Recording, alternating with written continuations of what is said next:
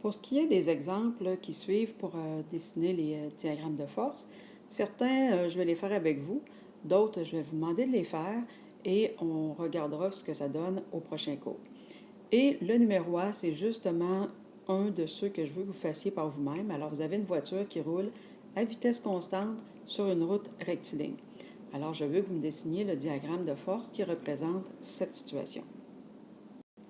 On va faire l'exemple de la voiturette ensemble. Mais dans ce cas-ci, on va partir avec la définition officielle du diagramme de force. On va tout simplement mettre un point qui va représenter notre chariot, notre voiturette. Alors, on pourrait tout de suite mettre une première force qui est la force gravitationnelle, donc une force orientée vers le bas, FG comme ça. On va, après ça, positionner notre force motrice,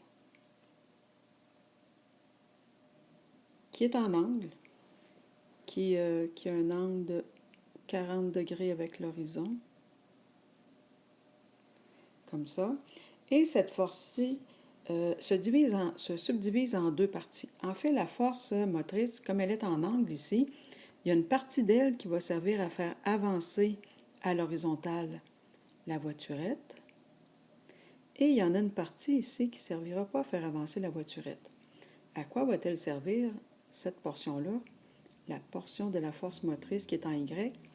Bien, en fait, elle va faire en sorte que la voiturette va peser moins sur le sol. Donc, ce qu'elle va faire, c'est qu'elle va jouer sur la force normale.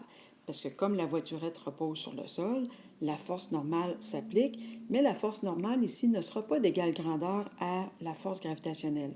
Étant donné qu'il y a déjà la force motrice en Y qui compense, la force motrice va servir, la force normale, c'est-à-dire, va être égale à ce qui reste à y avoir en termes de force pour équilibrer la force gravitationnelle. Donc, la force motrice Y plus la force normale sont égales. L'addition des deux va être égale à la force gravitationnelle, en grandeur, évidemment de sens contraire.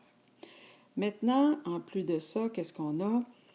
Ben, on dit que le frottement n'est pas négligeable, donc on a une force de frottement qui s'en va comme ça, qui s'oppose au mouvement, étant donné que j'ai mis mon mouvement vers la gauche.